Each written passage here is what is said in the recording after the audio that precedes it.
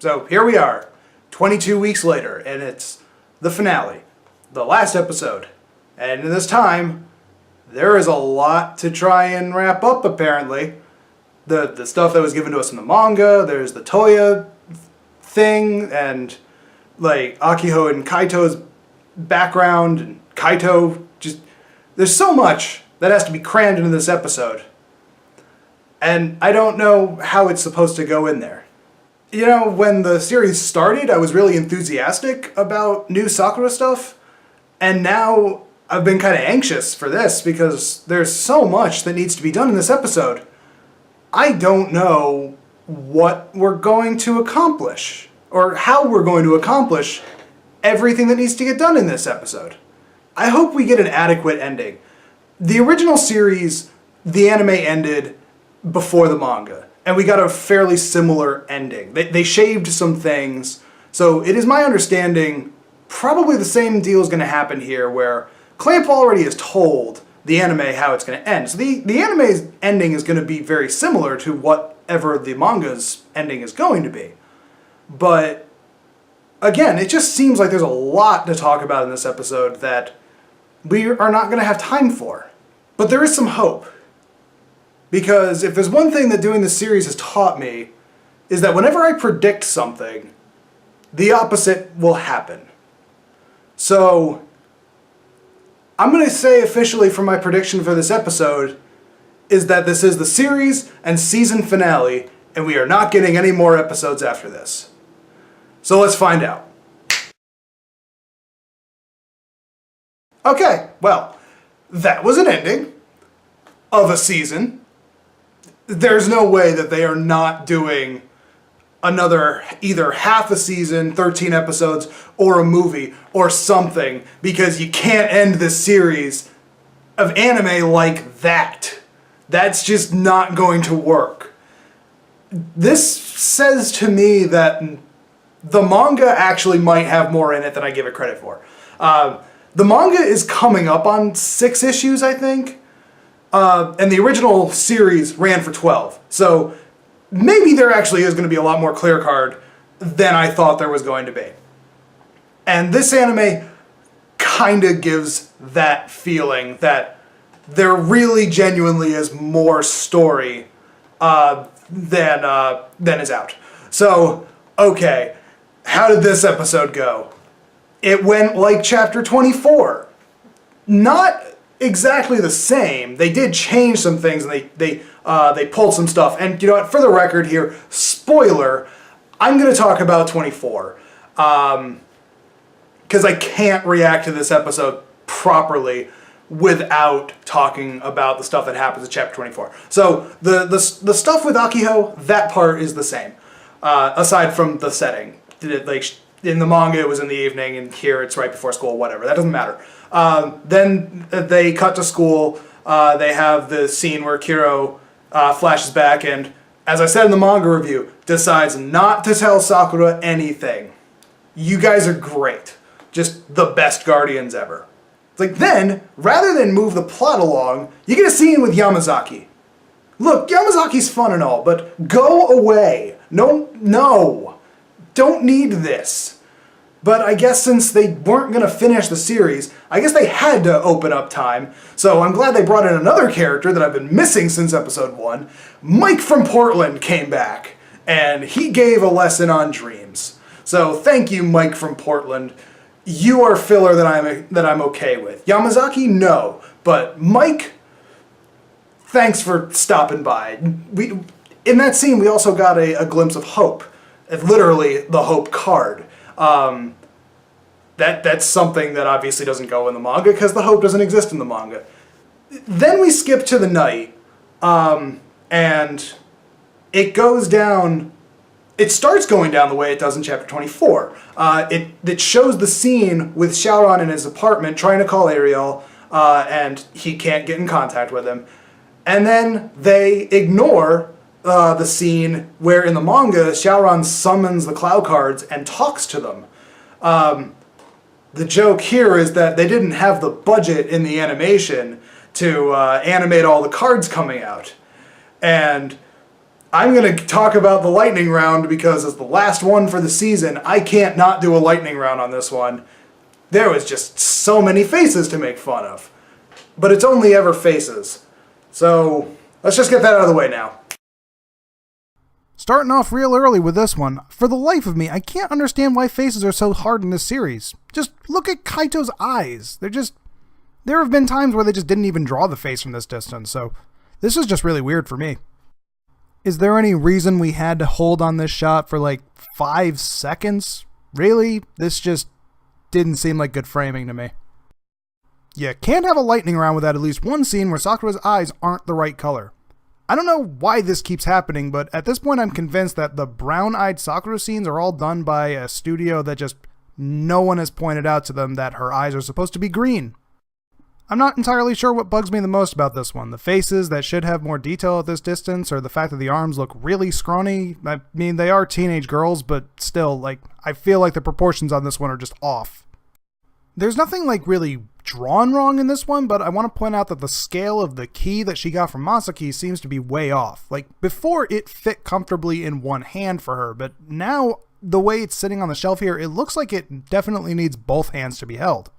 This one isn't negative, I just thought it was a cute little bit of detail that her basket still has one of her traditional red hair ties in it. For as good as this fight was on the whole, there were still definitely some moments where they kind of rushed it through production.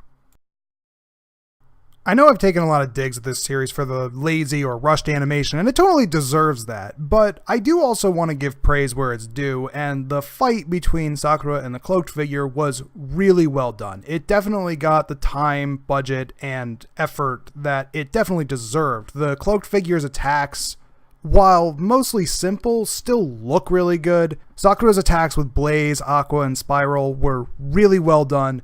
It was a creative fight, and for all the jabs that I've taken at the series' laziness or rushed animation at times, I also want to give it praise where it's due and say that this fight was really well done. So then we get to the actual fight. Rather, that there is a fight in the anime. In the manga, it's very short, we don't get anything. But in the anime, it's actually a really cool sequence. Sakura flies out the window.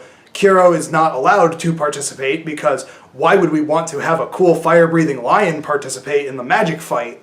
Sakura and the cloaked figure exchange a bunch of magic blows. She summons Blaze, and then they recycle the animation and summon Aqua. Is that why they're shaped the same? I don't know. Finally kind of getting a feel on what Spiral does. Clearly Spiral just encapsulates and erases things or something. So it's actually kind of a cool spell. It's been really hard to get a grasp on what Spiral does. But anyway, at the end, the cloaked figure finally just negates Sakura's magic, and she falls and grabs the cloak on the way down, and surprise, it's Akiho under the cloak. Yeah, obviously. Although, if you've been following the manga, then we got the fake out where it was Shaoran under the cloak. Now, I said in the chapter review that there's probably some magical shenanigans going on here, and I think that's kind of proven by what happens next in the episode. See, in the manga, it ends with the reveal of Shaoran, but this episode goes on a little further. After she pulls the cloak off, Kaito freezes time, and then you've got some exposition going on. Kaito freezes time. Asks Momo for advice, saying, well, Akiho is sleepwalking, but Sakura is going to remember this. And so he's like, well, okay, I gotta do the time thing. And so, again, Prince of Persia's himself back 5 minutes to before Sakura went out to fight Akiho. And so there's a little bit of back and forth there that's saying something about Kaito saying that the number of cards that Sakura has created so far is not sufficient for what he needs. What he needs, obviously it's something to do with protecting Akiho from something. You can see throughout, especially this episode, that he's very, very driven to protect her. There's something that's going to happen to her in the future that he's trying to prevent. Being that he's a time magician, maybe he has some access to future sight or something. But he's trying to protect her, and clearly needs the cards to do this. But the amount that exists so far is not sufficient. So he just mulligans the fight and then takes Akiho home. Meanwhile, all we get in the next morning is just Sakura going to school like nothing happened. So that's how we ended this season. Just kind of pretending that last night didn't happen. And like I said, you can't end the anime on this, but this is implying that the manga is probably going to keep going longer than I thought. I was originally thinking it was probably going to wrap up by the end of summer. But maybe not. Maybe we're actually going to get more manga. And if we get more manga, we're probably going to get more anime. How long is that going to take, though?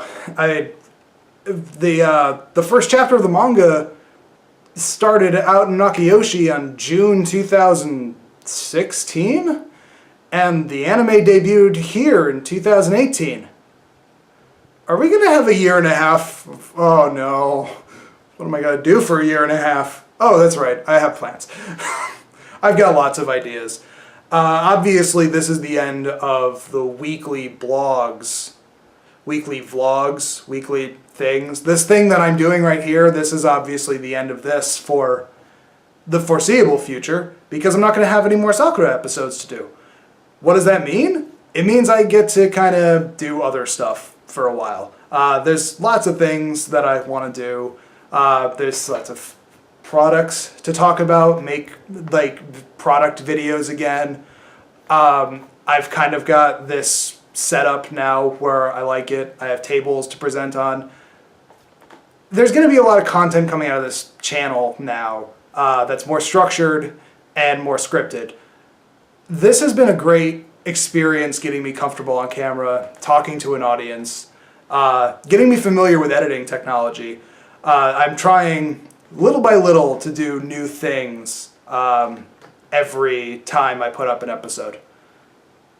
So I hope I'm going to keep growing and keep learning and make this production really fun. And inevitably, when a second season of the anime, or maybe a movie, I'm not going to call either of them yet, comes along, I will be back to do more of these vlogs. I'm going to continue the monthly chapter reviews because those are going to be coming out for the foreseeable future as well. But I guess I'm free now. I can start doing other things. Hooray! This is kind of a bittersweet moment here because, I was kind of hoping for more closure, but at the same time, I'm really relieved that they've left the door wide open to continue the series instead of trying to cram in a lot of stuff in the last episode. It was really unrealistic for them to try and do all of that in one episode. Now, the weird thing is that they say this is the end of Cardcaptor Sakura Clear Card. They actually put the Owari at the end. That symbolizes that it's the end of the series. So if the series comes back, is it going to be like Cardcaptor Sakura Clear Card 2? Or is the manga going to move in? Because it's like, in the original series, it went Cardcaptor Sakura, and then the second half of it was Master of the Cloud. So is Clear Cards going to change its title soon in the manga, and it's going to come out and be like, I don't know, Cardcaptor Sakura Clearer Cards? Whatever, I can't speculate on that one. But until then, thanks for watching. Thanks for coming along with me on this journey. I look forward to when I get to return to this anime. I hope they bring some more money in when they do so that we don't have that face thing happening anymore. But until then, I'll see you in the next video. Bye.